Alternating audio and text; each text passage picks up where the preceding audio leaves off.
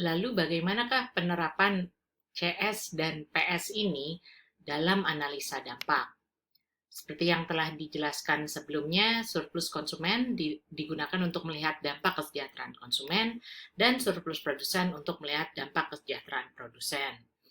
Uh, Sebagai penjelasan awal, kita akan menggunakan contoh kebijakan ceiling price dan dampaknya terhadap kesejahteraan masyarakat. Mengingatkan kembali, ceiling price adalah penerapan harga pasar di bawah harga equilibriumnya. Jadi ini adalah ceiling price. Nah, mari kita lihat bagaimana dampak kebijakan ceiling price terhadap kesejahteraan.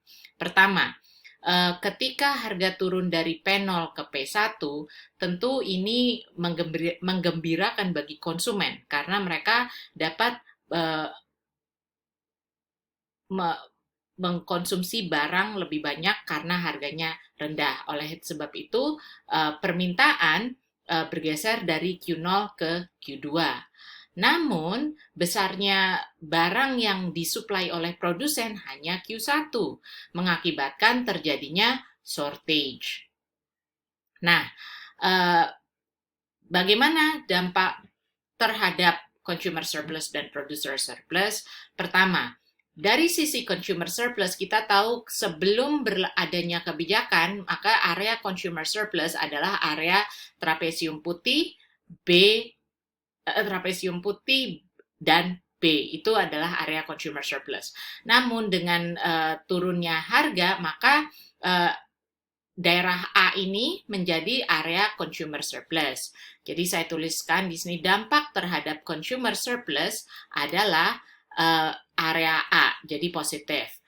Tetapi karena barang yang ditawarkan oleh produsen turun, maka tadi semula ada konsumen yang bisa konsumsi Q0, ada beberapa konsumen yang kemudian terdepak tidak bisa mengkonsumsi barang, ya. Jadi konsumen-konsumen yang tidak bisa mengkonsumsi barang itu adalah digambarkan oleh area B. Jadi consumer surplus berkurang sebesar segitiga B. Nah, dampak terhadap producer surplus itu yang semula A adalah area producer surplus, sekarang menjadi area consumer surplus, tapi kita tetap tuliskan minus A. Dan minus C, semula beberapa produsen bisa berproduksi, namun dengan penurunan harga, produsen-produsen yang karakteristik biayanya ada di daerah sini kemudian tidak bisa produksi keluar dari pasar, ya. Jadi C ini menggambarkan surplus produsen yang turun sebab mereka merugi, ya, sehingga keluar dari pasar. Jadi minus C.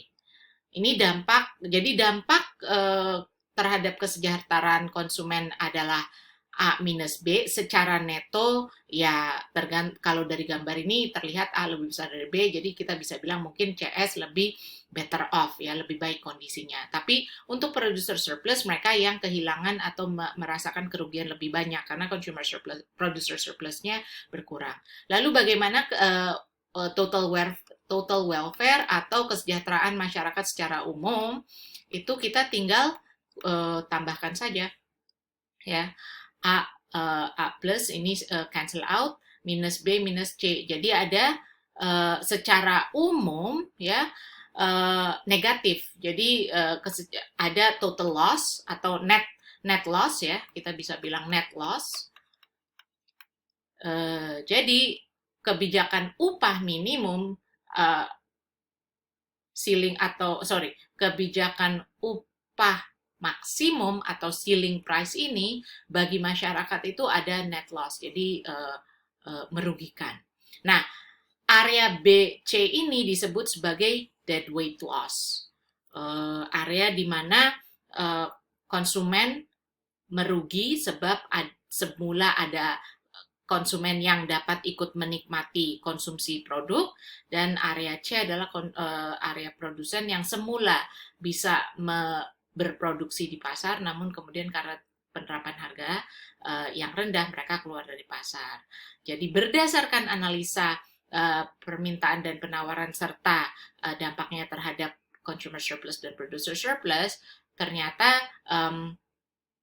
kebijakan ceiling price ini menghasilkan kerugian bagi masyarakat. Selain itu, dapat juga dikatakan bahwa kebijakan ceiling price ini menyebabkan inefisiensi. Inefisiensi ini digambarkan oleh terciptanya deadweight loss. Faktor lain yang dapat mempengaruhi analisa dampak kebijakan adalah elastisitas dari permintaan dan penawaran. Di sini saya akan memberikan contoh apa yang terjadi pada analisa kita untuk kasus yang sama, penerapan ceiling price ya, jika permintaan bersifat inelastis. Seperti yang kita dapat lihat dari gambar di sini, dengan kondisi permintaan inelastis, penetapan harga di bawah harga pasar menyebabkan lebih banyak konsumen yang terdepak. Jadi, lebih banyak konsumen yang terdepak ini tergambar dari lebih besarnya penurunan area consumer surplus di segitiga ini. Memang ada penambahan consumer surplus sebesar A ini, namun dampak kesejahteraan penurunan kesejahteraan pada konsumen lebih banyak. Mengapa penurunan consumer surplus ini bisa sangat besar seperti ini?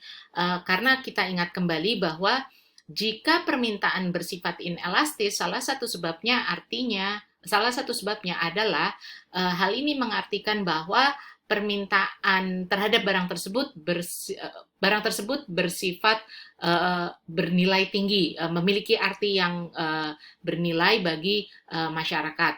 Contohnya adalah bensin. Jadi karena bensin merupakan kebutuhan yang termasuk kebutuhan sehari-hari ya, karena kita sudah menggunakan kita memerlukan BBM untuk bertransportasi. Jadi kenaikan harga banyak pun efeknya respons penurunan atau perubahan permintaan akan lebih sedikit daripada respons perubahan harga. Dengan demikian, ketika terjadi penurunan harga, memang konsumen seharusnya lebih senang, tetapi kan karena output yang ditawarkan atau output yang tersedia di pasaran pun berkurang, akibatnya ada konsumen-konsumen yang tidak mampu ikut menikmati barang tersebut sekarang akibat penerapan kebijakan penetapan harga ini. Nah, ketidakmampuan untuk menikmati digambarkan melalui consumer surplus yang menurun ini.